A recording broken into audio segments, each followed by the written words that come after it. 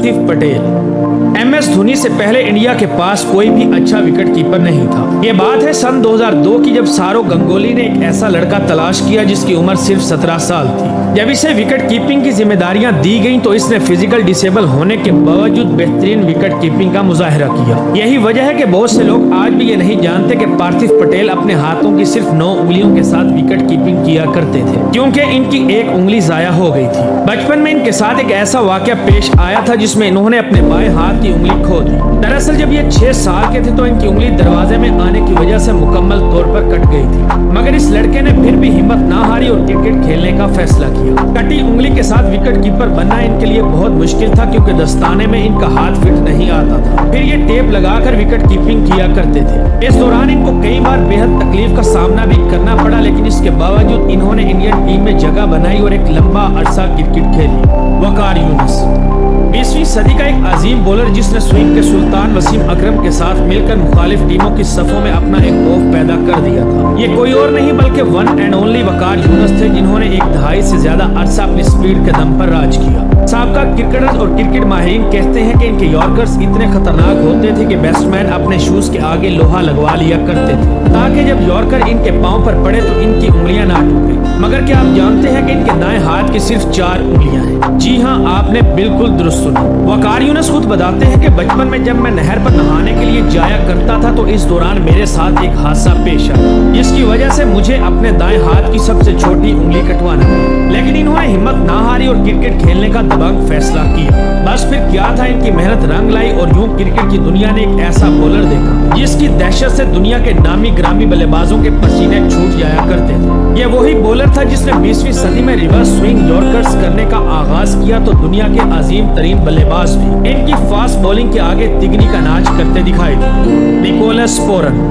हैरानकुन तौर पर दुनिया भर की T20 लीग्स में लंबे लंबे छक्कों से शायकीन का दिल जीतने वाले निकोलस पोरन भी माजूर खिलाड़ियों में शामिल है। दोस्तों, जिंदगी में कुछ ऐसे हादसात होते हैं जिसकी वजह से इंसान की सारी उम्मीदें टूट जाती हैं। बिल्कुल ऐसा ही कुछ वेस्ट इंडीज के बल्लेबाज निकोलस पोरन के साथ हुआ। ये बात है इनकी क्रिकेट के इब्तदाई दिनों की, जब ये 19 साल के थे और कार एक्सीडेंट में इनकी दोनों टांगें टूट गईं, जिसके बाइस इनको क्रिकेट क्लब से बाहर कर दिया गया, क्योंकि सबका यही ख्याल था कि पोरन अब कभी भी क्रिकेट नहीं खेल सकेंगे। लेकिन इन्होंने हिम्मत नहीं हारी और 2 साल के बाद चलना शुरू कर दिया। कुदरत को इनका क्रिकेटर बनना मंजूर था, इसीलिए जब ये दोबारा क्रिकेट में आए तो पहले से ज्यादा टैलेंटेड दिखाई देने लगे। बस फिर क्या था, इनके लंबे लंबे छक्कों ने सबको अपना दीवाना बना लिया। आज ये न सिर्फ इंटरनेशनल क्रिकेट बल्कि IPL समेत दुनिया भर की तमाम तर T20 लीग्स में तेज रफ्तार बैटिंग और अपने लंबे छक्कों से धुआंधार बल्लेबाजी की वजह से जाने जाते हैं। तभी तो इनकी बेहतरीन कारकर्दगी को देखते हुए वेस्ट इंडीज क्रिकेट बोर्ड ने इनको कम उम्र में ही अपनी टीम का कैप्टन बना दिया। शोएब अख्तर घुटनों और पोलियो की बीमारी का भी शिकार थे।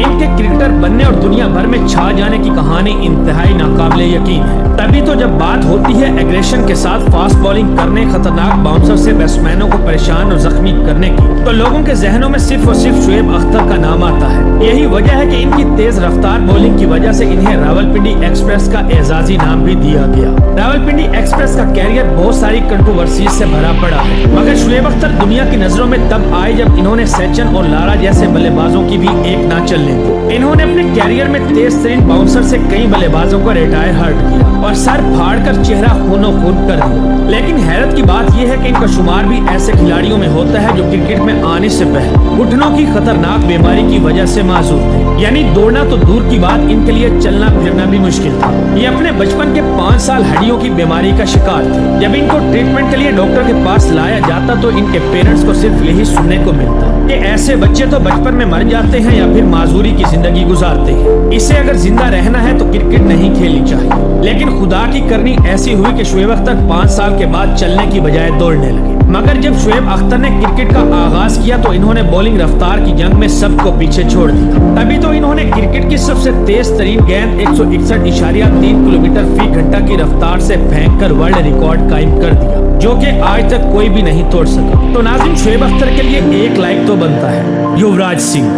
آپ نے بہت سے کرکٹرز دیکھے ہوں گے جو کرکٹ میں آنے سے پہلے فزیکل ڈسیبل یا پھر بیمار تھے، لیکن اب میں آپ کو ایک ایسے ہیرو سے ملواتا ہوں جس نے اپنی جان کی پرواہ نہیں کی اور اپنے ملک کے لیے خود کو موت کے منہ میں دھکیل دیا۔ اس ہیرو کا نام یوراج سنگھ ہے، جو کہ 2011 کے ورلڈ کپ میں کینسر کی بیماری کا شکار تھے۔ میچ کے دوران ہی کئی بار ان کے ناک اور منہ سے خون نکلنے لگتا اور الٹیاں شروع ہو جاتی تھی، لیکن یوراج سنگھ نے ہار نہیں مانی، یہاں تک کہ انڈیا کو ورلڈ کپ جتوا کر مین آف دی ٹورنامنٹ کا اعزاز بھی اپنے نام کر لیا۔ اس دوران ان کی حالت اتنی بگڑ چکی تھی کہ یہ موت کے منہ میں جاتے جاتے بچے۔ ورلڈ کپ کے فوراً بعد انہیں یو ایس اے میں ٹریٹمنٹ کے لیے بھیج دیا گیا اور پھر ایک لمبے عرصے کے بعد ان کی دوبارہ کرکٹ میں واپسی ہوئی۔